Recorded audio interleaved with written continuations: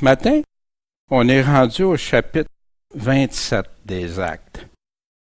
Ça me met un petit peu mitigé, content qu'on ait cheminé depuis le début du chapitre 1, mais un peu de tristesse parce qu'on arrive à la fin d'un livre qui, en tout cas pour ma part, a fait beaucoup de choses dans mon cœur, m'a fait saisir des choses et tout ça. Et bien au-delà de ce qu'on entend souvent, c'est juste un livre historique. Fait que ce matin, on est rendu au chapitre 27. Un petit rappel, vous vous souvenez, le dernier chapitre, le 26, Paul était devant Festus, Agrippa puis Bérénice, hein? Puis on lui avait donné l'occasion de s'exprimer. Agrippa était venu en grande pompe, hein, tout ça. Mais Paul, qu'est-ce qui fait des occasions qu'il avait pour se défendre? Quand tu regardes ça, tu prends un recul puis tu regardes, qu'est-ce que Paul a fait? Oui, il s'est défendu, mais c'était quoi son principal intérêt? Il a témoigné de Christ, de sa conversion, puis des prophéties, ce que les prophètes Moïse et les prophètes, puis de la résurrection qui s'était prédit et tout ça. Paul a profité de cette occasion-là. Paul, est-ce qu'il n'aurait pas pu dire tout ce que les Juifs avaient fait, ceux qui l'accusaient, tout ce qu'il avait fait de pas correct? Paul a-tu choisi ça? Non! Paul a choisi de glorifier Dieu et de témoigner de Christ. Puis souvent, c'est un bon modèle qu'on devrait suivre, parce que souvent, on se fait prendre au piège de vouloir défendre ses positions. Je ne parle pas de défendre les positions de Dieu, là. Je parle de défendre son injustice personnelle qu'on a vécue, puis donner tous les motifs au lieu de glorifier Dieu dans ça. Témoigner. Paul, aussi avec son cœur d'évangéliste, a personnalisé ce qu'il est en train de dire à Agrippa. Puis il disait à Agrippa, ne crois-tu pas, Agrippa, au prophète? Qu'est-ce qu'il fait? Il personnalise ça, il lui parle personnellement. Je le sais que tu y crois. Puis il lui pose des questions tellement pertinentes qu'Agrippa, il répond, quoi? Tu me persuades presque d'être chrétien. Voyez-vous? C'est extraordinaire quand tu vois Paul agir, puis tout ça. Moi, j'en tire de bonnes leçons de Paul. Ça, c'est ce qu'on a vu la semaine dernière. Et je voulais vous le ramener dans un contexte avec un recul. On avait vu en réflexion en décision, est-ce que je suis disposé, comme Paul, à me conduire avec respect et douceur, mais fermeté devant quiconque me demande. Est-ce que je prendrai les occasions que le Seigneur place devant moi? On avait, comme Paul, prenait chaque occasion. On a vu aussi, suis-je une occasion de blasphème pour d'autres selon les critères de Dieu? Vous vous souvenez, Paul parlait. Comment est-ce que je réagis quand on blasphème Dieu et sa parole? Des réflexions à chacun de nous. Puis comment m'assurer que je ne serai pas une occasion de blasphème, mais selon les critères de Dieu? Pas que les gens disent que je suis blasphémateur. Jésus, Paul sont tous fait accuser de blasphème, les apôtres. Sauf qu'ils ne blasphémaient pas quand ils étaient selon les voies de Dieu. Ça, ce que les autres disent. Mais si je blasphème la parole de Dieu, qu'on vienne en dire que la parole de Dieu est pas correcte ou que j'ai des mauvais comportements, j'ai une vie de péché, ça c'est blasphémer la parole selon ce qu'on a eu. Maintenant, le chapitre 27 à partir du verset 1. Après qu'il ait passé devant Agrippa et tout ça, après ça, ça a été résolu que nous embarquions pour l'Italie. Nous. Fait que c'est qui le nous? Bien sûr, il y a Luc dans ça, c'est Luc qui a écrit les Actes. Paul était là, c'est certain. Mais on va voir, il y a peut-être d'autres invités mystères qu'on va découvrir. on s'est embarqué pour l'Italie, puis on a confié Paul et quelques autres prisonniers, il y avait quelques prisonniers, à un centenier qui était nommé Julius de la cohorte appelée Auguste. Puis Luc se gêne pas, hein, il donne des précisions, des détails, des noms, des endroits précis. Puis étant monté sur un bateau, un vaisseau d'Adramite, hein, qui est pas loin des côtes, un endroit près des côtes, nous partîmes devant, touchés au lieu du littoral de l'Asie, puis ayant avec nous un invité mystère, Aristarque, macédonien de Thessalonique. Fait qu'on sait qu'il vient de la Macédoine. Vous vous souvenez, dans les Actes, on a vu la Macédoine, une grande partie, un grand territoire, puis de Thessalonique. Aristarque, on en parle dans Actes 19-29, on avait parlé de lui. Et toute la ville fut remplie de confusion. Vous vous souvenez la grande Diane, la déesse d'Éphèse. Puis ils coururent tous ensemble au théâtre, entraînant avec eux Gaius et qui? Aristarque. Fait que donc Aristarque, c'est pas un nouveau dans le décor, c'est quelqu'un, puis on va voir. Fait qu'ils étaient macédoniens tous les deux. Ils étaient qui? Compagnons de voyage de Paul. Fait qu'Aristarque est quelqu'un qui a accompagné Paul. Et il fut accompagné jusqu'en Asie par Sopater de Bérée, par Aristarque, et second de Thessalonique, Gaius de Derbe, Timothée, Tychique et Trophime d'Asie. Fait qu'il voyageait, hein? Fait que tu vois que Aristarque avait une place de choix auprès de Paul. C'était quelqu'un qui devait être fidèle parce que Paul n'aurait sûrement pas. Vous vous souvenez même avec Marc qui avait juste un moment donné, une période pas, non. Fait que les personnes qui accompagnaient Paul se devaient d'être des gens fidèles et très... Luc et Aristarque seraient les seuls compagnons chrétiens qui ont accompagné Paul durant ce voyage-là. On n'a pas d'autres informations. Colossiens 4.10, Aristarque, Paul parle d'Aristarque. Aristarque, mon compagnon de captivité. Il était avec lui, Aristarque. Aristarque, s'est-tu sauvé? Non, c'est lui qu'ils ont traîné devant la foule. Il a continué d'accompagner Paul, il a resté fidèle. Après l'incident, dans Acte 19 à Éphèse, Aristarque, il a dit, ben écoute, Paul, je t'aime bien, là, mais regarde, là, ça brosse tout le temps avec toi. Il arrive toujours quelque chose, fait que, salut Paul, bonne chance, je vais prier pour toi. Mais, qu'est-ce qu'il a fait? Il a resté fidèle avec Paul. Aristarque, mon compagnon de captivité, vous salue, ainsi que Marc, cousin de Barnabas. Hein? Le même Marc, un moment donné, s'était éloigné, puis après ça, était revenu, pour lequel vous avez reçu des ordres. S'il va chez vous, recevez-le. Puis ça a été écrit par Paul pendant qu'il était rendu prisonnier à Rome.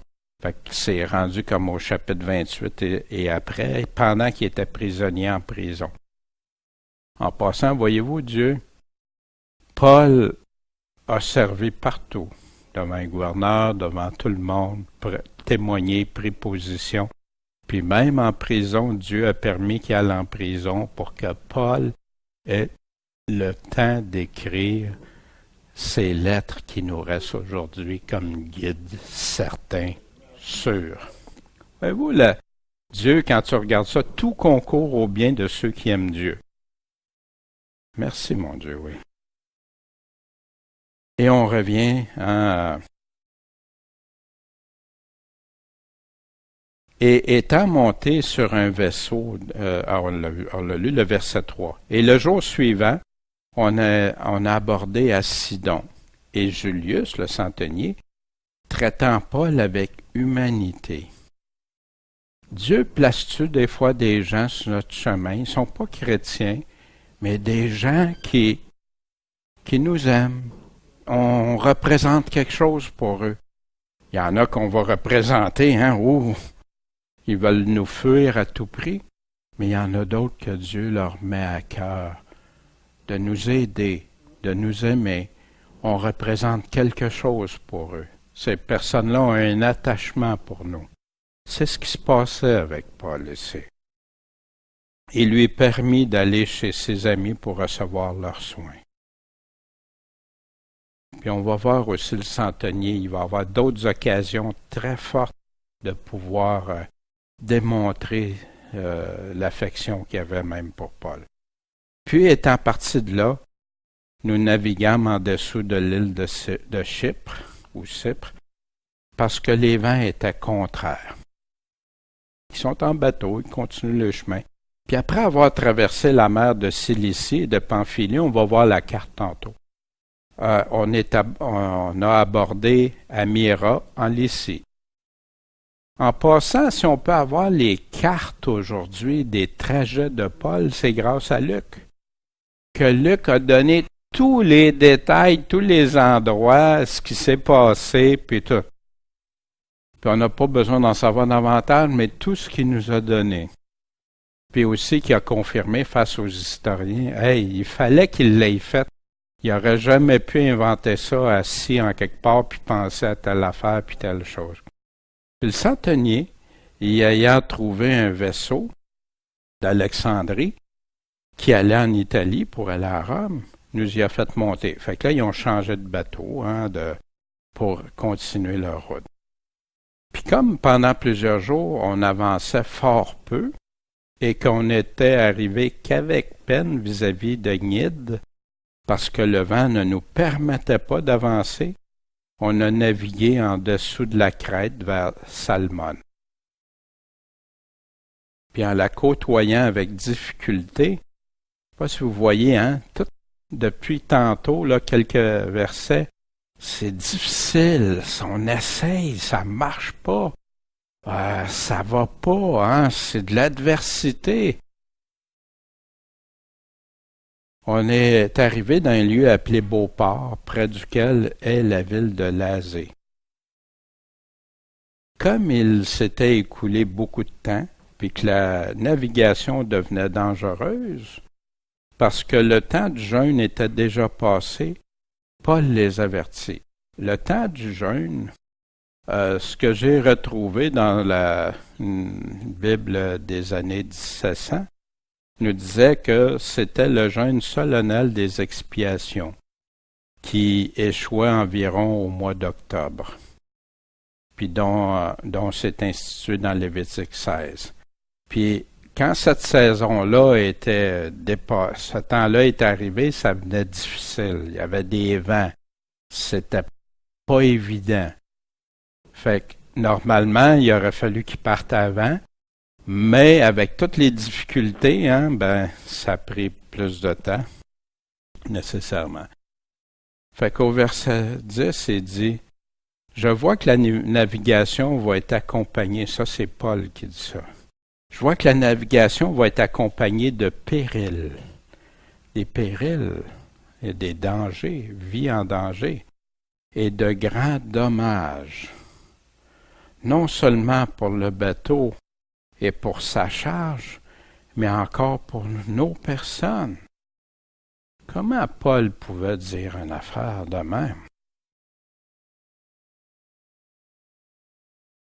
Mais le centenier, même s'il aimait Paul, ajoutait plus de foi au pilote puis au maître du bateau qu'à ce que Paul disait. Nous autres, parfois, non, quelqu'un va nous dire quelque chose. Non, regarde, l'expert, lui, il le sait. Lui, il le connaît. Mais Paul, ici, c'est parce que l'expert qui avait en lui était plus grand que tout autre expert. C'était l'Esprit de Dieu qui avait révélé ce qui arriverait.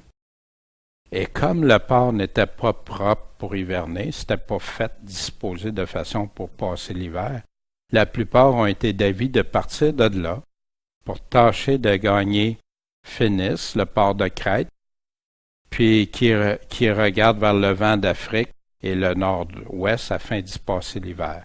Fait que les vents étaient très déterminants. Puis tout le monde qui faisait du bateau connaissait ces choses-là, les vents qui viennent du nord, du sud, etc. Et il était très attentif. Fait que donc, la logique, c'est quoi? Le capitaine du bateau, il connaît son affaire. Les vents, dominant, c'est ça, puis voici ce qui se passe. Puis là, la place qu'on est, là, regarde, c'est pas bon pour passer l'hiver ici. Levons les feutres. Et le vent du sud ayant soufflé doucement. Ah, ben là, regarde ben ça, regarde comment qu'on avait raison. On a-tu été sages? Ils se crurent maîtres de leur dessein, de leur plan.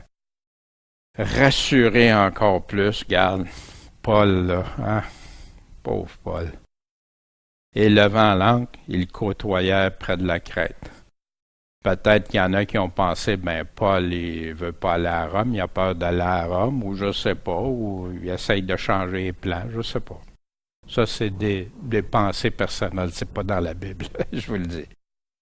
Mais peu après, un vent impétueux, qu'on appelle l'Euroclydon, se déchaîna contre le rivage. Là, il y a un vent fort, c'est-à-dire d'entre l'Est et du Nord, un vent du Nord-Est qui était, c'est ça l'Euroclydon. Le bateau a été entraîné et ne pouvant résister au vent, on s'est laissé emporter. Et quand on eut passé en dessous d'une petite île appelée Clauda, on a eu de la peine à être maître de la chaloupe ou du bateau. Hein. Vous allez voir, c'est une grosse chaloupe parce qu'il y a pas loin de 300 personnes dans ça. Fait que, il y avait, ça c'est à part la cargaison puis tout ça. Fait que, l'ayant retiré, les matelots firent usage de secours en attachant le bateau avec des câbles, hein, puis craignant d'échouer sur la Syrte. Ils abaissèrent le mât, puis étaient emportés ainsi. Fait qu'ils ne pouvaient plus contrôler grand-chose. Fait que la chaloupe, tout ça attaché, faut pas... Regarde, ça va pas bien, là. Puis comme on était fortement battus de la tempête, le jour suivant, ils ont jeté la cargaison dans la mer. Savez-vous, t'es engagé pour transporter une cargaison qui peut valoir très cher, puis que ça c'est ta raison, c'est ton gagne-pain, ta raison de vivre, ton bateau il existe pour ça, tes hommes que tu payes, c'est pour ça, que tu vas payer avec quoi avec ça, puis là, on décide, envoyer tout ça à la mer. Fait que c'est parce qu'il faut que tu sois rendu à la limite, que tu crains pour ta vie, puis que même regarde, on jette tout, puis laisse faire le salaire, laisse faire tout, là, c'est notre vie avant tout. On est en survie.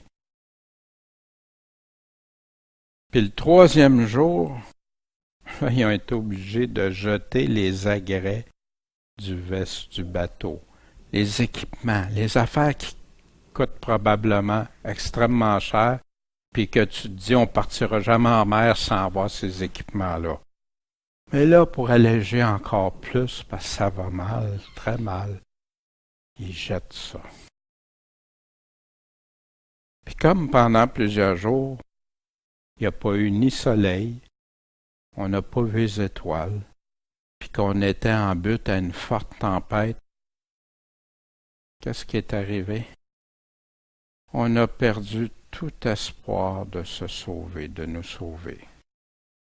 C'est fini. Notre vie, là, s'est rendue à la fin. Mais il y avait longtemps qu'on avait mangé. Luc continue. On n'avait pas mangé pendant tout ce temps-là, là. Pardon? Non, ça, c'est le jeûne, c'est parce qu'il était parti après, c'est-à-dire la période du jeûne, qui était dans le Lévitique, hein, qui donnait vers le mois d'octobre. Ça veut dire que là, on est peut-être rendu au mois de novembre, vers le mois de novembre. Mais depuis que ça va mal, là, ils n'ont pas mangé.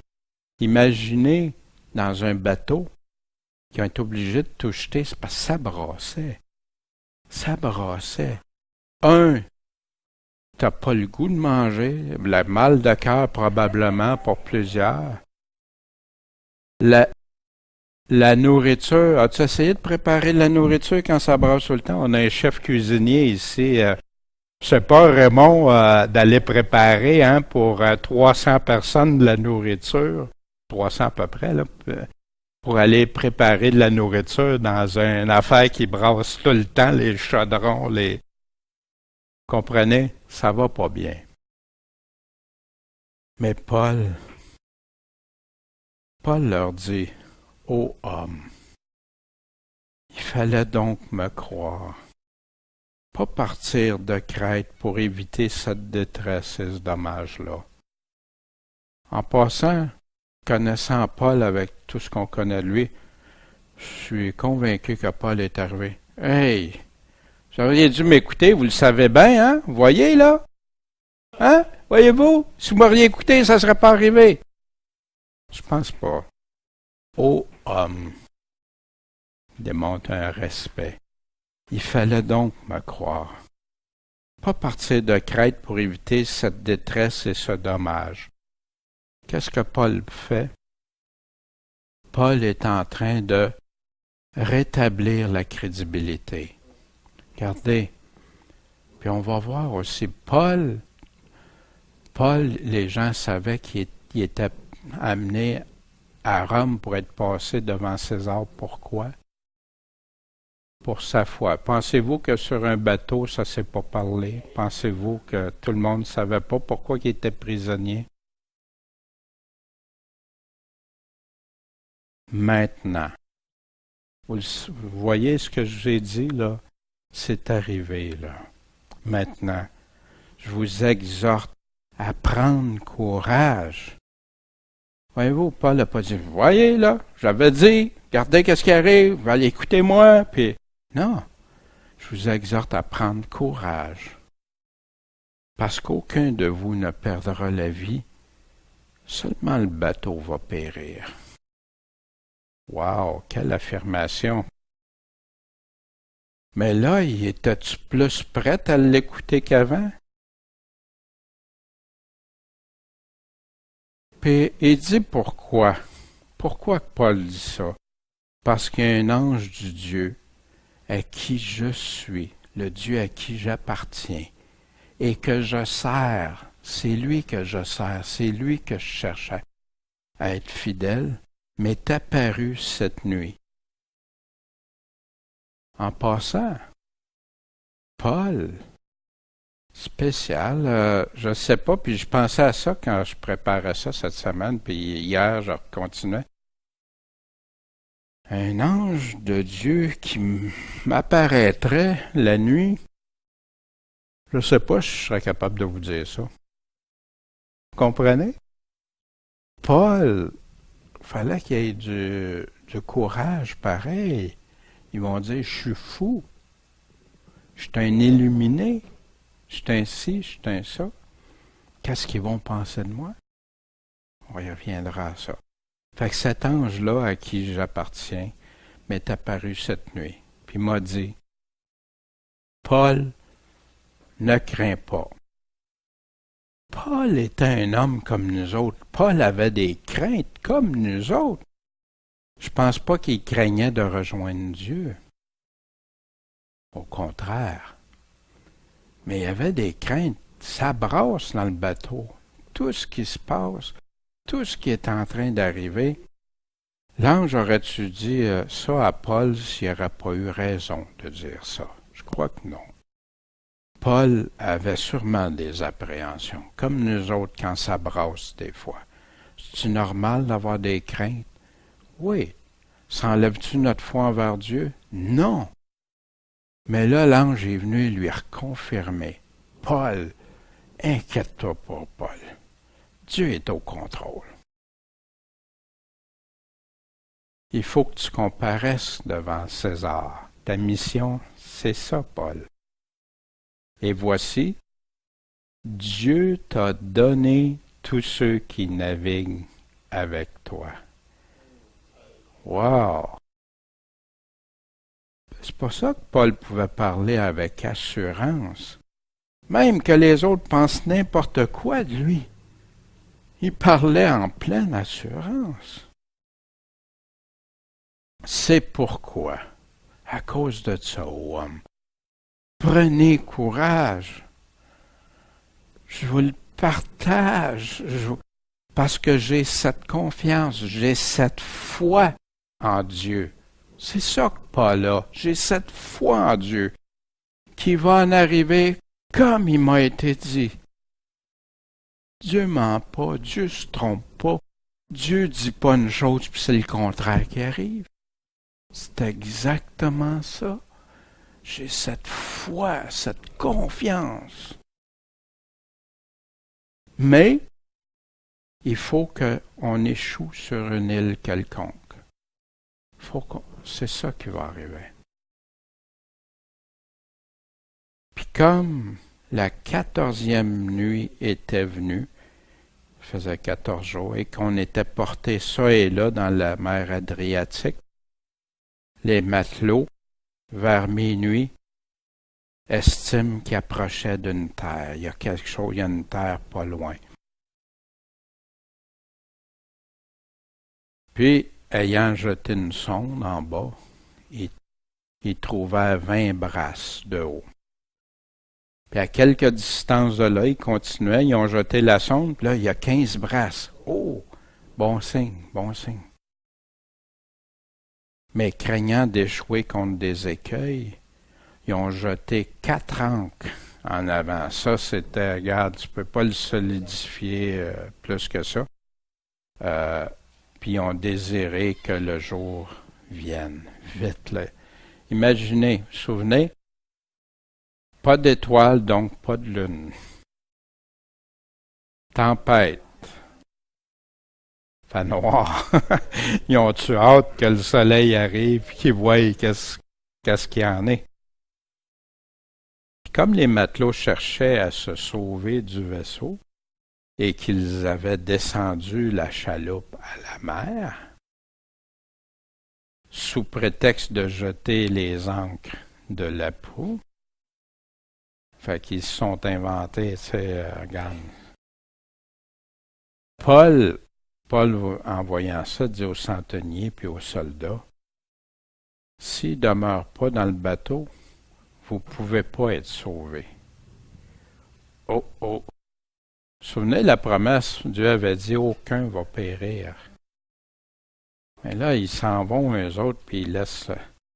Alors, les soldats, qu'est-ce qu'ils ont fait? Ils ont coupé les cordes de la chaloupe qui était descendue, puis ont laissé tomber la chaloupe qui est partie. J'imagine voir la réaction des matelots qui s'en allaient. Les autres, le sauvetage, c'était ça. Là, ça part. Puis essaye d'aller combattre les soldats après. Fait qu'en attendant que le jour vienne, Paul les exhorte tous à prendre de la nourriture.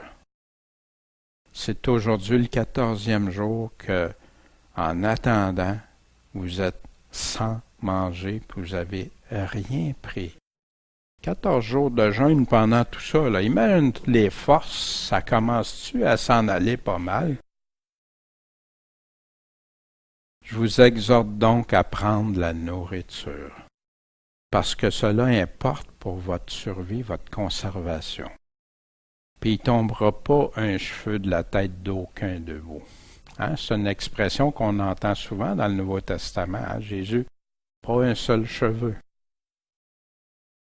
Puis ayant dit cela, il a pris du pain, puis qu'est-ce qu'il a fait? Il a rendu grâce à Dieu en présence de tous. Puis il l'a rompu, puis il s'est mis à manger. Fait que Paul les a exhortés à manger, puis il a appuyé son exhortation avec lui-même, ce qu'il fait. Mais quand il a fait ça, Paul a fait quoi? Il a témoigné encore de Dieu. Paul il aurait pu dire, ben c'est tous des inconvertis, regarde. Non. Alors, qu'est-ce qui est arrivé? Tous ayant pris courage, ont mangé aussi. Pourquoi ils ont pris courage pour manger aussi? T'as pas faim, t'as faim, t'as pas faim, t'es malade, t'es pas malade. Puis là, notre vie est finie. Vous vous souvenez? Il était sûr qu'il était pas mourir. Ça donne rien, on est aussi bien de mourir. Les matelots qui voulaient se sauver, ils ont plus de porte de sortie, ils n'ont plus rien. Or, on était en tout dans le vaisseau 276 personnes. Fait que c'était pas un petit bateau. Puis quand ils ont eu mangé suffisamment, ils ont continué d'alléger le bateau en jetant le blé à la mer. Puis le jour étant venu, ils ne reconnaissaient pas la terre, mais ayant aperçu un golfe qui avait une plage, ils ont résolu d'y faire échouer le bateau s'ils pouvaient le faire. Fait qu'ils disent, on va essayer, on tente le coup, coûte que coûte. Fait qu'ils ont coupé les ancres, puis ils les ont laissés dans la mer, ils ont lâché en même temps les attaches des gouvernails. Ça veut dire qu'il n'y a plus rien, là. Il était comme, le bateau était très vulnérable, et ayant mis au vent la voile de l'artimon, ils se sont dirigés vers le rivage. Fait que le vent les a poussés vers le rivage. En rencontrant un endroit qui avait la mer des deux côtés, le bateau y a échoué là. Puis la proue, le devant, étant engagée avec force et demeurée immobile. Mais la poupe se rompait par la violence des vagues. Il faisait pas beau encore, hein? Ça allait pas bien. Fait que là, wow! Tu sais, les paroles de Paul, là, il y avait, oh, regarde là, avec ce qui se passe, là. Fait que les soldats ont dit, on va tuer les prisonniers, de peur que quelques-uns se sauvent à la nage, là. Faut pas que ça arrive, et puis nous autres, on est des soldats, c'est nos responsabilités, s'ils se sauvent, on n'est pas mieux que morts. Puis le centenier, quand il va avoir une occasion de démontrer envers Paul sa bienveillance, son affection. Mais le centenier, voulant sauver Paul, a détourné de ce plan, ce dessein, puis a ordonné à tous ceux qui savaient nager de se jeter à l'eau les premiers, puis de se sauver à terre. Puis aux autres de se mettre les uns sur des planches, les autres sur quelques pièces du bateau. Puis il est arrivé ainsi que tous se sauvèrent à terre. Comme Paul avait dit, que Paul avait appris ça d'où? De Dieu. D'un messager, un ange de Dieu, c'est un messager de Dieu qui est apparu et qui a dit.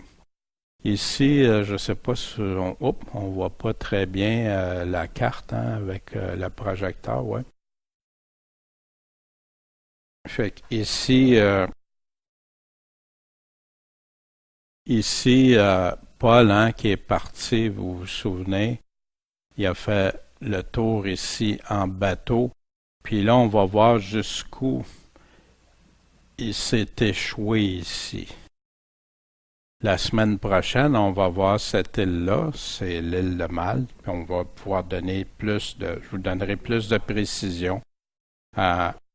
L'île de Malte ou Mélita, ou il y a d'autres noms aussi, selon le temps, Mélida. C'est la même, dépendamment des langues qui étaient utilisées, puis l'évolution aussi avec le temps. Des fois, c'est comme il y a des villes avec le temps qui ont changé de nom, dépendamment de la culture et tout ça. Ça fait qu'ici, Paul a quand même fait un grand voyage. Ils sont pas tellement loin de l'Italie. Ils ont fait déjà un gros bout. Mais on va voir ça la semaine prochaine. Qu'est-ce que nos anciens pasteurs, professeurs de l'Église de Genève avaient comme argument et réflexion sur ce passage, ce chapitre-là? Cette histoire nous présente 4 réflexions. La première regarde les dangers continuels auxquels le Paul était exposé. Ça n'a jamais lâché pour Paul, hein? Après avoir échappé à la fureur des Juifs, il manque de périr sur la mer en allant à Rome. Outre cela, d'être tué par des soldats. La deuxième, que Dieu, qui l'avait garanti jusqu'alors, le préserva autant de l'un de l'autre de ses dangers, et qu'ainsi rien ne peut nuire à ceux que Dieu favorise de sa protection et qui le servent fidèlement. La troisième, que Dieu ne sauva pas seulement la vie de Paul, mais qu'à cause de lui, il a garanti tous ceux qui étaient avec lui dans le bateau. En sorte que quoi qu'ils ont fait naufrage, il n'y en ait pas un seul qui a péri. Cette merveilleuse délivrance que Paul leur avait prédite dut leur faire reconnaître que cet apôtre était un vrai serviteur de Dieu. Et elle nous apprend aussi que c'est toujours un grand avantage d'être dans la compagnie des gens de bien et qu'à cause d'eux, Dieu épargne souvent les autres et leur accorde des délivrances et des grâces très considérables. Ça me fait penser un peu à un passage, ta famille, tu sais, tes proches ou ceux qui sont avec toi souvent, qui sont bénis et protégés, même s'ils ne suivent pas comme tu le ferais. Il faut remarquer enfin que, quoique Dieu a promis par un ange à Paul qu'aucun de ceux qui étaient embarqués avec lui ne périrait, cet apôtre leur dit pourtant que si les matelots ne demeurent pas dans le bateau, on pourrait se sauver. Les promesses que Dieu nous a faites n'empêchent pas qu'il ne faille se servir des moyens de la providence que la providence prescrit et qu'il a lui-même établi. Et jamais la confiance en Dieu ne doit être accompagnée de témérité ni de négligence. Puis, voyez-vous, Paul savait ça, puis non, il n'a pas été téméraire, puis Dieu aurait agi, mais Dieu avait fait une promesse que tout le monde serait sauvé. Puis Paul a dit, il ne faut pas négliger ça. Il n'a pas été négligent, non. C'est pour ça qu'il a dit aux soldats ce qu'il en était. Fait que ça, c'était la position de ici à Sterval dans 1700. Maintenant, j'ai quelques réflexions et choix pour ma vie, pour chacune de nos vies en Jésus. Vous savez qu'à la fin de chacun des chapitres, j'aime en arriver à une conclusion, à une synthèse, à des points qui viennent me chercher ou me faire réfléchir, puisque j'aime partager avec vous, mais vous pouvez avoir d'autres points aussi. Même quand tout brasse autour de moi, comment est-ce que je réagis? Comme Paul? Comme ceux qui l'accompagnaient? Comment ils ont réagi comparativement à Paul? Ou peut-être autrement? Paul a eu des craintes, il est resté en assurance. Dieu l'a raffermi, l'a rassuré. Qu'est-ce que ça me révèle sur la foi, la confiance que j'ai en Dieu?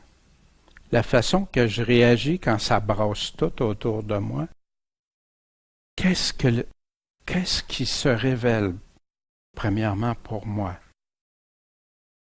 Suis-je en pleine confiance avec Dieu? Est-ce que j'ai la certitude que Dieu est au contrôle? Souvenez, Paul ici, c'est à l'extrême, là. C'est des situations extrêmes. Puis on le voit quand il y a des navires, encore cette semaine, des navires qui basculent, des morts.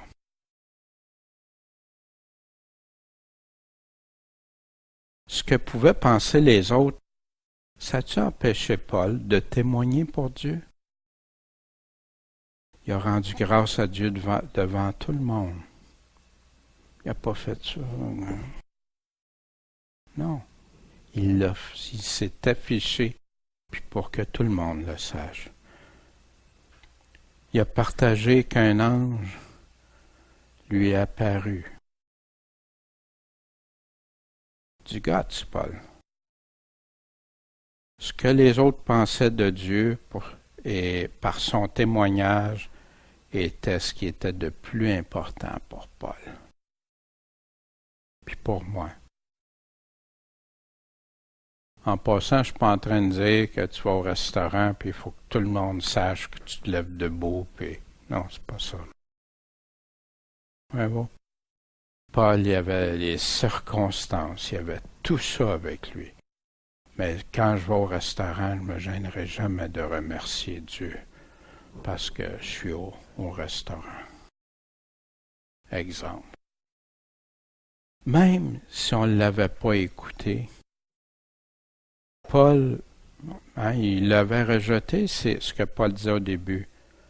Paul n'a pas pensé à lui dans ça, mais à Dieu puis aux autres avant lui-même. Comment qu'on sait ça? Qui a appliqué l'amour du prochain avant son amour propre? Comment? Parce qu'il n'est pas venu les rabrouer. Il est venu chercher la crédibilité, lui dire, regardez. Puis après ça, il a renforcé ça, puis un ange m'est apparu. Puis je vous le dis, c'est ça. Si Paul aurait pensé juste à lui, parle même pas de ça. Tu sais, Dieu va me sauver, puis that's it. Puis pour moi, est-ce que c'est les autres? Dieu en premier, puis les autres comme moi-même.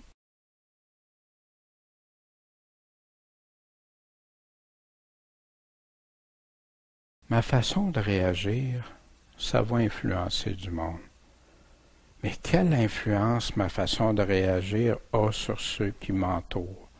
Ça brasse, ça va mal ou ça aille bien. Quel devrait être mon but si je m'inspire de Paul ce matin? Quand j'ai des réactions.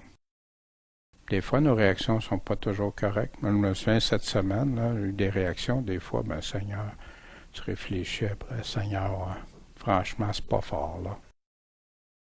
Hein? Puis quand tu relis ça après, tu dis, Seigneur, où Paul met son emphase, son but? Qu'est-ce qui est important? Qu'est-ce qui compte vraiment, puis qui va compter jusque dans l'éternité? Qu'est-ce que de mes réactions va pouvoir influencer d'autres d'une bonne façon ou d'une mauvaise façon? Qu'est-ce qui va faire en sorte que quand les gens regardent à mes attitudes, mes influences, ce que je transpire, ce que je vis, va les influencer comme Paul à regarder vers Dieu? Ça ne veut pas dire que Dieu va nous faire apparaître un ange et qu'on va pouvoir parler. Non. Si Dieu le désire, Dieu a tout ce pouvoir-là, puis il est toujours le même. Sauf que je suis très prudent avec ça, parce qu'il y en a beaucoup qui ont eu des visions d'anges, et on regarde toutes les sectes que ça a dégénéré, hein, fait que je serais très prudent avec ça. Mais ici, Dieu nous donne à chacun des circonstances, des façons, puis comment on peut devenir à réagir de plus en plus, comme Paul face à ça. Quel devrait être mon but? C'est quoi mon but? C'est-tu ma vie présente? Les choses que je vis présentement? Je ne dis pas que c'est pas important ce qu'on vit, on a une vie à vivre. Mais ce que je vis actuellement, qu'est-ce qui va dominer? Le moi, les autres, Dieu ou Dieu? Ben, Dieu en premier, pour les autres, puis après pour moi. C'est complètement contraire à ce nos tripes nous diraient.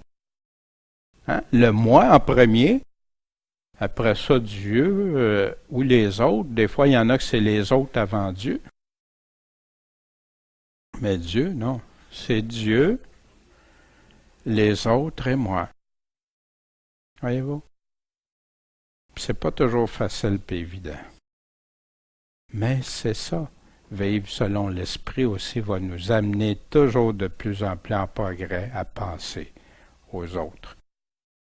Mais voyez-vous qu'il y a comme quelque chose. Paul ne s'est pas laissé influencer par les autres, mais Paul est devenu une influence pour les autres. Voyez-vous la différence? Puis c'est quoi que l'influence de Paul a eue? C'est pas son moi, c'est l'influence pour Dieu. C'est ça. Puis comme Paul, choisissons d'accomplir sa volonté en sachant que le Seigneur est au contrôle. Le Seigneur voit tout.